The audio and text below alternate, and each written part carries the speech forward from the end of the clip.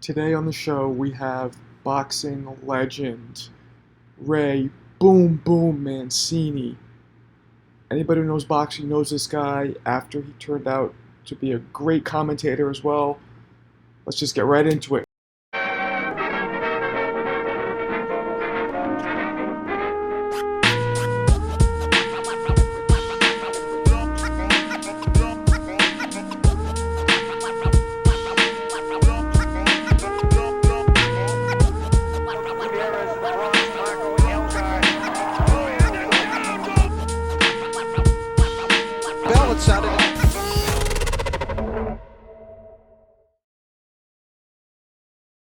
All right. How you doing, legend? I'm on mine, but thank you. Thank you for talking with us. My pleasure. I'm sorry for all the mix-up. My bad. No, It's okay, brother. Um, You got man status. we're just talking about you, man. You were a fight analyst for that celebrity boxing series, right? Yeah, back in the day, that was yeah. I mean, you can't make that shit up. I mean, it's just Was and, that and it's funny because I'll never forget one time that what was his name? The guy who played Horseshack, Ron Winter Perlman. The guy who played Horseshack on Welcome Back, Kotter. He got the shit kicked out of him by Danny Bonaduce. and he said, I thought it was supposed to be, pretend. And they go, and I just boggled my mind. They tell you, I know what they do. They tell you, hey, it's the next, come out for fun in that film. It's going to be fun. It's a boxing match. You train a little bit. Then nobody's going to get hurt.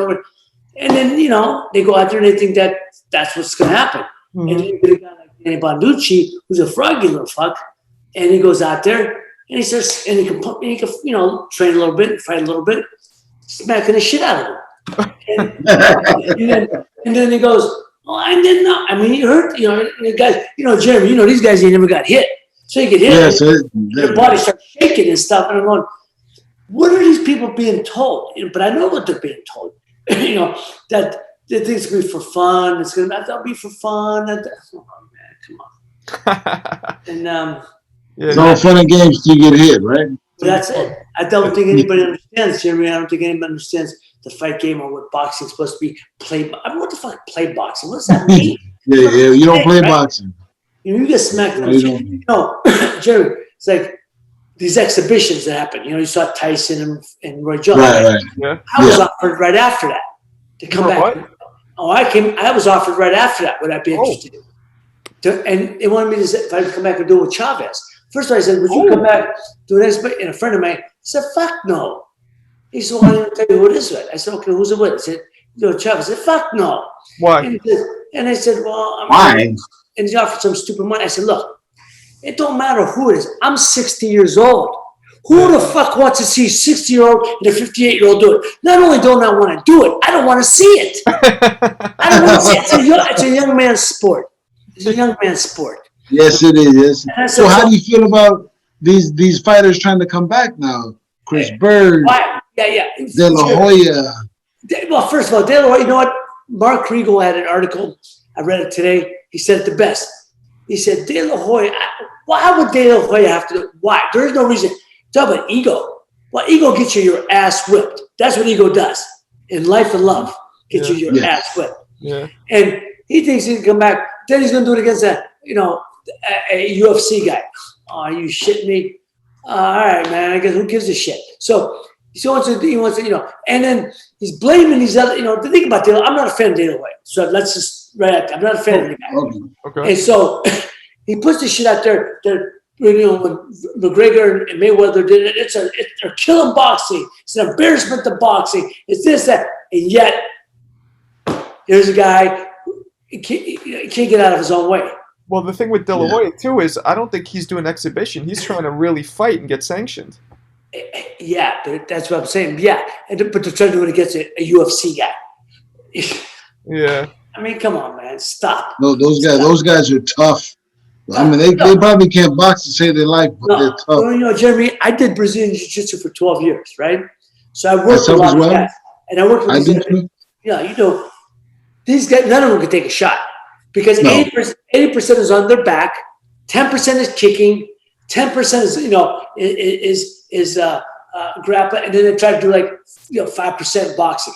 But they get the chin. So I try to tell them just drop the chin, all that stuff. But as soon as you hit them, they go, they bounce, they're like their body's going into shock. Mm-hmm.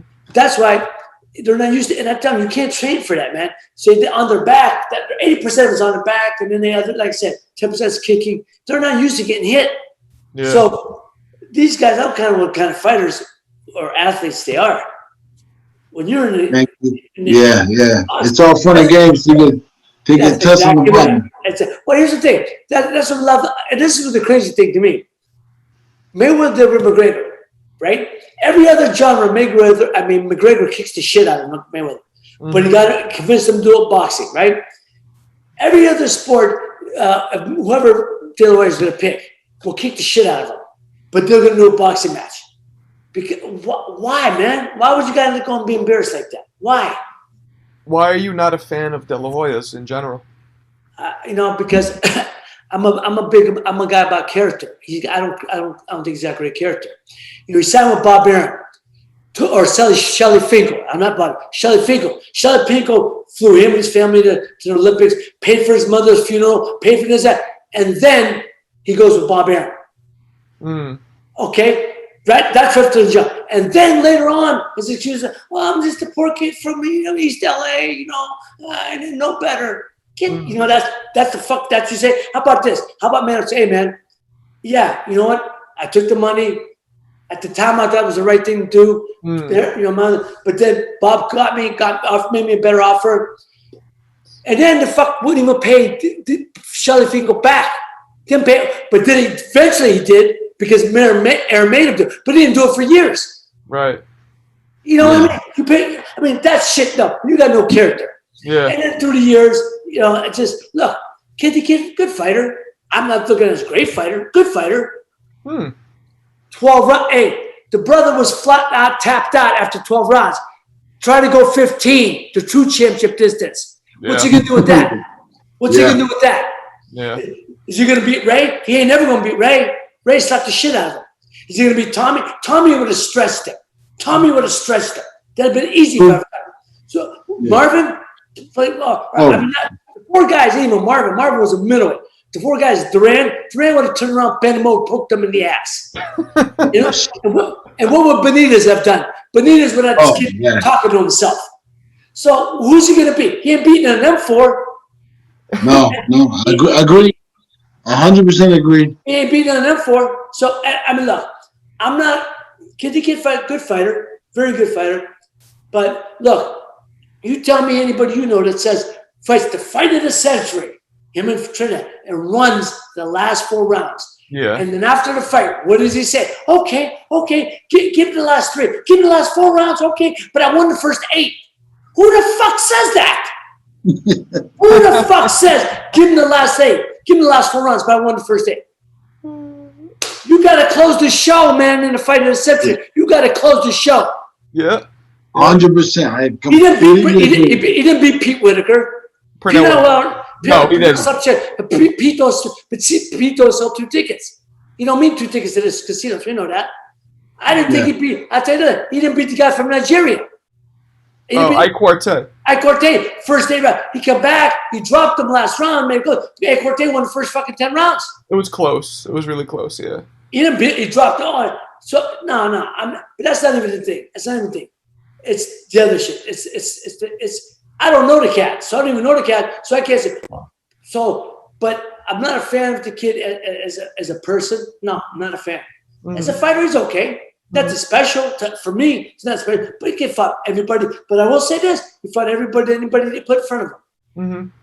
That's true. I'll say that.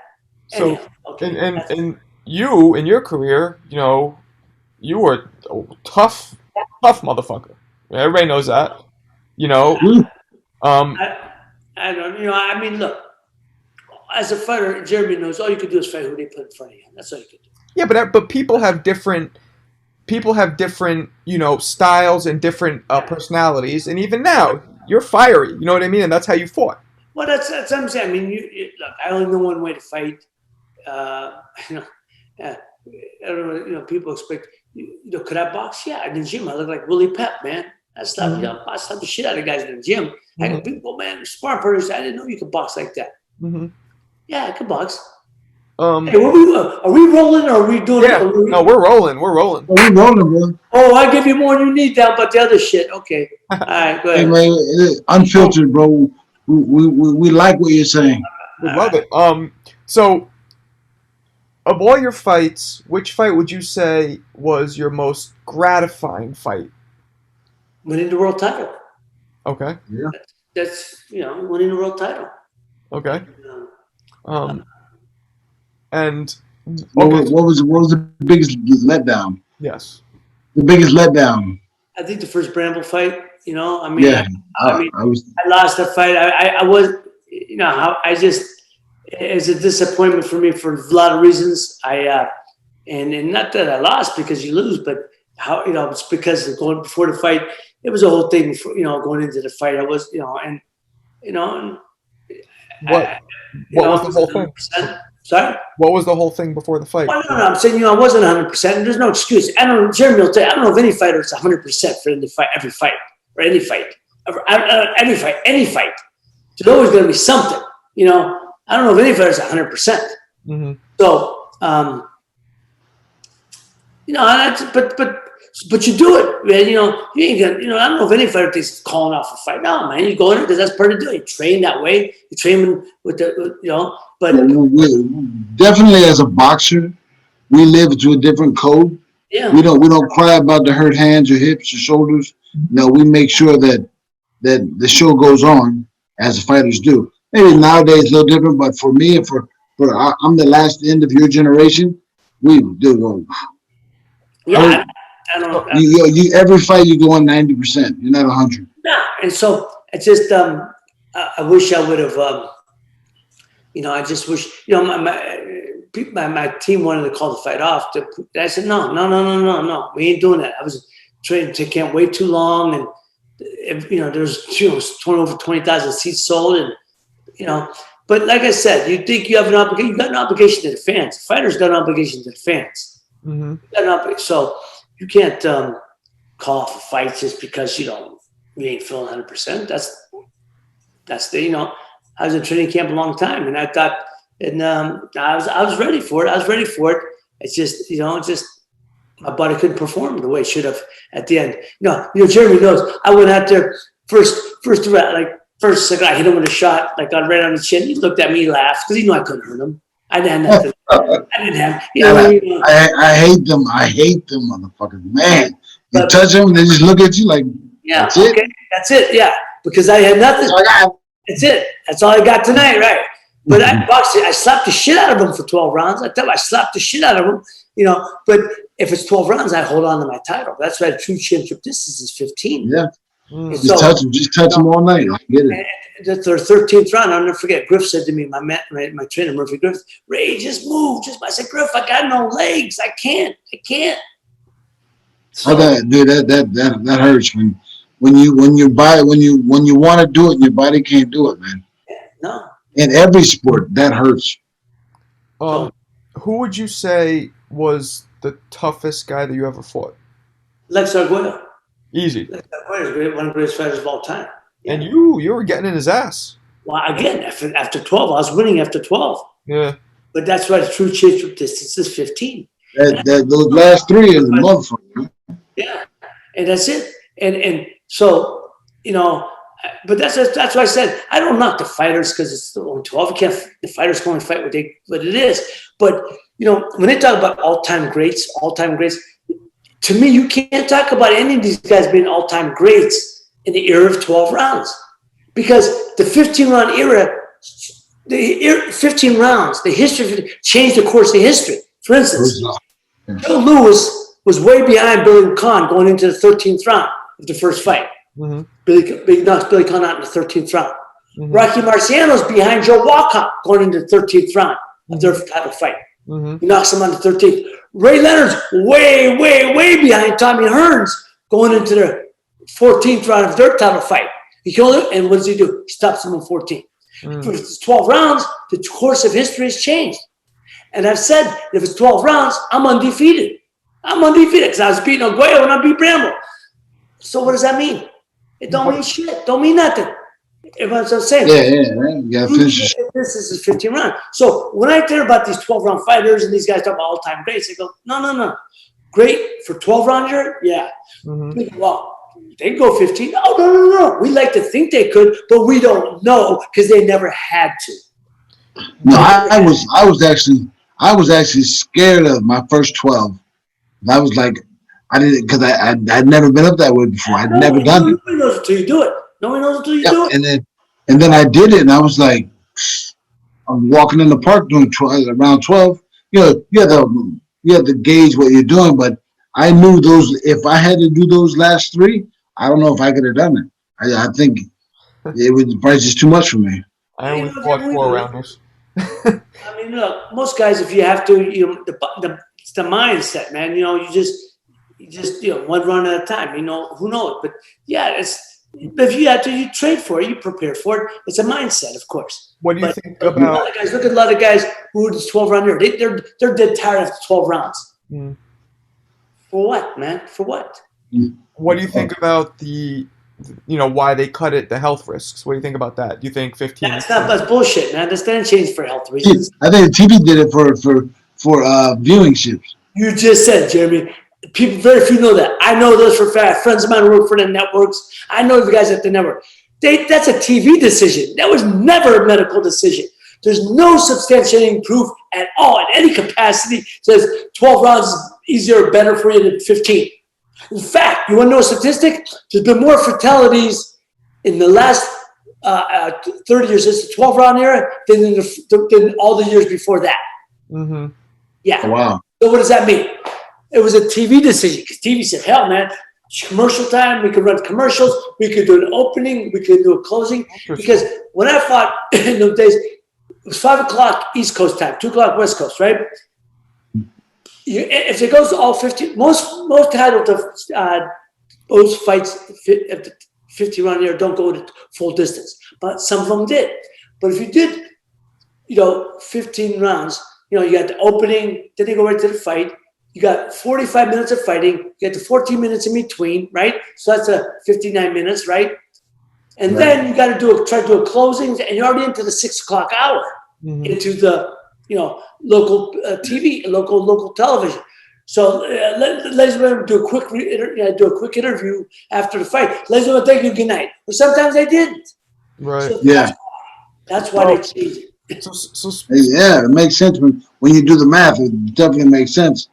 I remember hearing that when I was a kid when they switched around. So I just was it made sense. They said it was with Kim that did it, and I go, "Well, is that?" I saw it interesting. I know they started talking about it then because it was televised. It was prime time afternoon. I said, "But it's interesting. The last title fight, 50 rounds, I think was 86.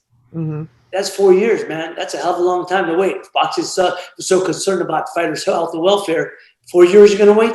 So speaking of what you just mentioned, and I'm sure you've talked about this a billion times, but how did it affect you after the Kim fight? Sorry? How did it affect you mentally after the Kim fight? I was not going to be affected. Put it this way. I just say this. I love the sport of boxing. I love being a fighter. I love the thing. It's all I've wanted to do since day one, since I was a baby. That's all I've talked about, being a fighter. After that fight, there was no love for me.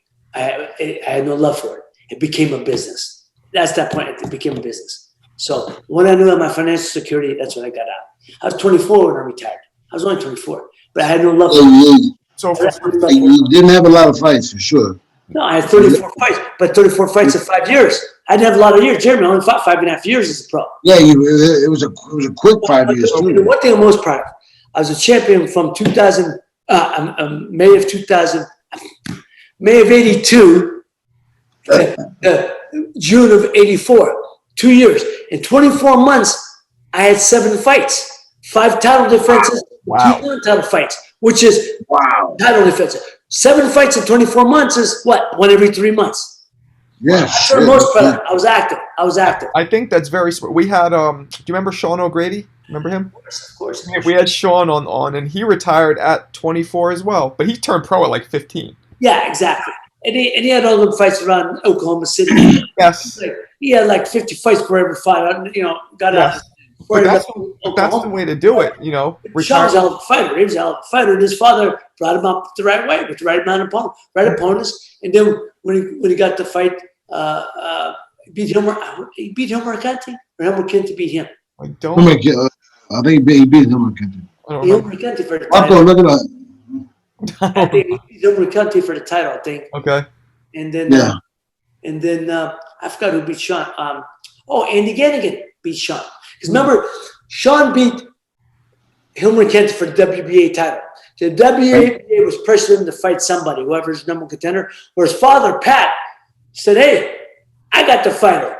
The white guy who could fight. Boom. We're going to make our own organization." And he called it the WBF, World Boxing Federation, right? Yeah. The first fight, CBS didn't care. CBS just wanted the kid, right? When he wanted to fight him, they didn't care about what title. First fight, he's getting ready to fight Howard Davis on national television, CBS, right? Wow. Davis pulls out. So who do they get? Andy Gannigan. I couldn't understand. That's the biggest mistake because Jeremy knows. You have to prepare for one guy, and he falls out. You get a guy that's similar in style. You couldn't get two guys that were dissimilar. You had Howard Davis, tall, right-handed boxer, and he changed it for Andy Gannigan, short, left-handed banger from Hawaii. Oh my God! That's the worst guy. Andy Gannigan knocked him out in 2 rounds. Did you ever spar, Sean? No, never Sean. No, it was before me. We were at the same time, but no, of course not. You don't fight. You don't spar guys that you're gonna, maybe fight someday. Now, when I was in New York on the way up, I sparred different guys. But at that time, there's guys on the way up too. Is there anybody that you sparred that noteworthy that you could tell us about? Anybody? Yeah, I mean, after I won the North American title, I sparred one of my sparring partners for my first title defense. I was fighting a southpaw, Jose Luis Ramirez, right? Yeah. And I got, you get 3 southpaws, but Griff, my trainer, always wanted 3 guys, heavier, welterweight, junior welterweights, guys who were sturdy guys, but he always wanted one smaller guy for speed. And for that fight, and he didn't care if he was right or left-handed, so he just for speed. And I sparred with Stevie Cruz. Stevie Cruz, come out of the amateurs, been national champion, then went on to win the world featherweight title, beat Barry McGuigan. Okay. Before that, I fought, I sparred, one of my sparring partners for that was Juan Mesa. Juan Mesa was a guy who had a draw with Salvador Sanchez. Okay. I had a sergeant. So, you fight, you spar with guys. And then there's guys that are, that's the career sparring partners. But he sparred everybody. I had one guy, first guy to spar with the New York kid from Harlem, kid named Eddie Campbell. Eddie Campbell boxed Duran. He boxed Saul Mambi. He sparred anybody in New York, all champ stuff. And he was my first sparring partners. Wow. I'm sorry? No, go ahead. No, as I say, you learn quite a bit with sparring guys like that because they know all the tricks. They know everything. Yeah, of course. So how is your cigar company coming? No, we haven't. I haven't had my cigar company now for about maybe 10 years, but I'm starting to get back up. We had it for a long time. I had it for about 8-9 years, but now we're going to get it back up again. I miss it. I smoke cigars. I love cigars, and it was a fun company to have. So now I have I have a couple lifestyle companies. I own a wine company. I own a bourbon company. Oh, wow. Now I just got into the tequila business, but I always say I'm not into the liquor business. No. Then I go wine, bourbon. I guess I am. Now I just became a minority owner in a tequila company. And beautiful. Yeah, beautiful. So it's going to do well. One with Life. It's called One with Life. Are you still there in Ohio? Yeah, I just moved back for 2014. So what's it going on 7 years now? I moved back. I was in Santa Monica for 30 years. And then I came back. I never saw you. Yeah, I was in 30 years. I was in Santa Monica. My kids graduated from Samuel High. And I came back 2014 because my youngest went off to college. I sat my two oldest down. I said, look, because I'm with them every day. I said, look, I have an opportunity to go home for business. I have some business, but I ain't leaving if you don't give me, I'm not going nowhere. They go, no, Pop, you did your job. Go. We'll come see you. You see us. But it was hard because usually it's the kids who get up and leave. I'm the one who got up and left. But I talk to them every day. I see them all the time. So now my daughter lives in Miami.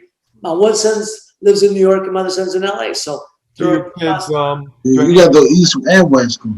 do any of them box at all? No. Not even like for fitness? Oh, yeah. Boxing for workout. Yeah, I mean, I put it through.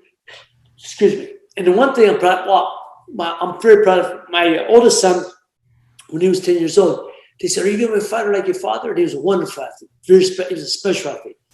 And he said, no, my father did. He was world champion. It'd be nothing for me to prove. I'm very proud of my father, what he accomplished. I'm going to make my name in a different, in a different field. I never told him to say, beautiful, bravo, man. My youngest son, he goes, no. He said, I don't want to have to compete with that. My father did it. He said, I'm proud of him. He said, but I'm going to make, I'm going to be a champion in another, Something else. Beautiful. So, I mean, I never told him what to say.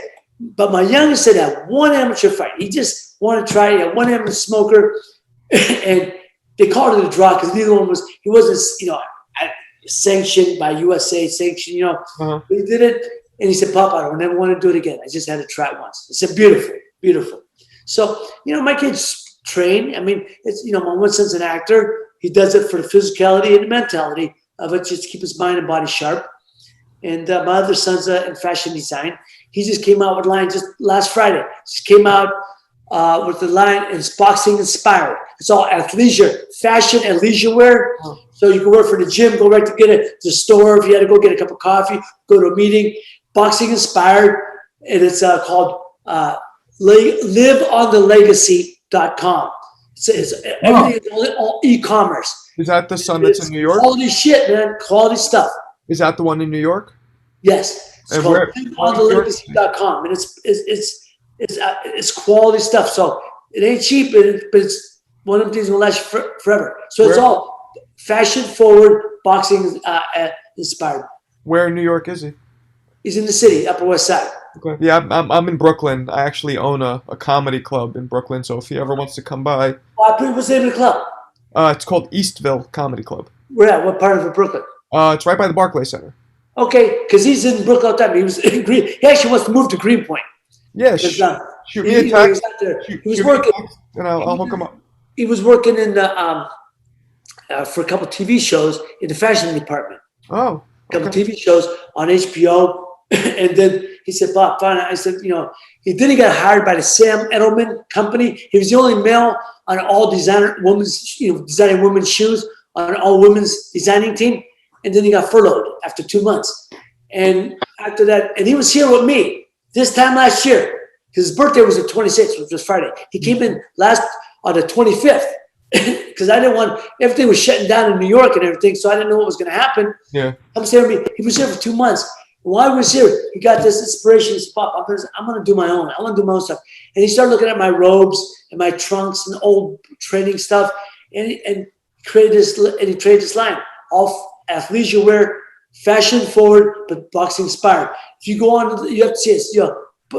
Like the boxing trunks, but they're shorts, with the pockets and stuff. Right. But the boxing trunks. He's got some joggers, t-shirts. I mean, I'm very proud of it, man. I'm very proud of it. It's cool shit. The stuff looks real cool. That's great. Top quality stuff. Send us an email. I mean, a website so we can link it. Yes, I appreciate it. Thank you. Are you still involved in movie production? Yeah, well, that's what I came home for. I came home to create a studio. Oh yeah, I'm involved right now. I'm involved with we're doing Netflix on a series.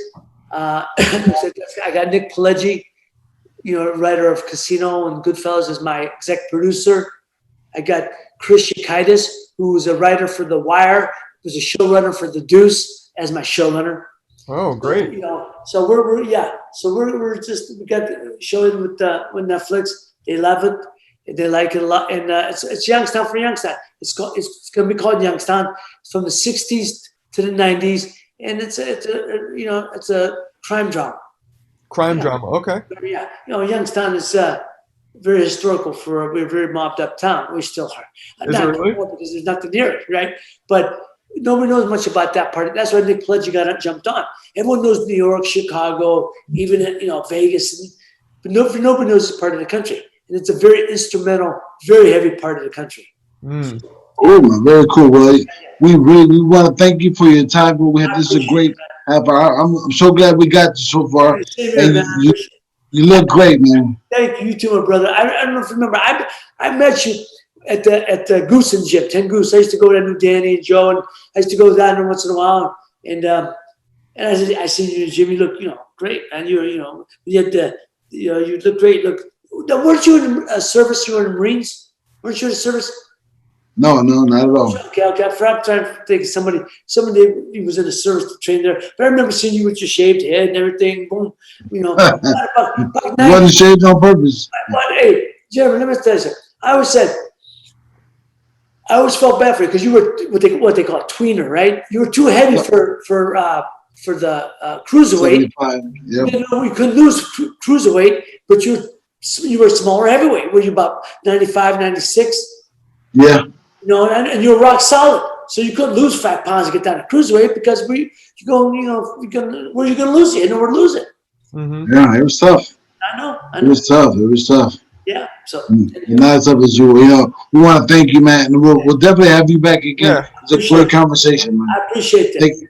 And Marco, I'm going to send you the email so you can put up my son's website. If that's okay. Yeah, for sure. That'd be great, man. Marco, are you Croatian, Serbian? I'm Bulgarian. Very close. Okay. Marco is our friends are Croats and Serbs. That's Marco is with the K. Yeah, you're very smart. Yeah. With the K. Marco with the K. Because I have a cousin Marco, but there's no K in Italian. No, he's Italian. Yeah, I'm not Italian. Marco, anyhow. All right, Ray. It's good talking to you, man. Jeremy, good to see you, my brother. Thank you for having me. Thank you so much. All right. All right, we'll do it again soon. I said you got it. Take care. Thank you, mate. Bye-bye.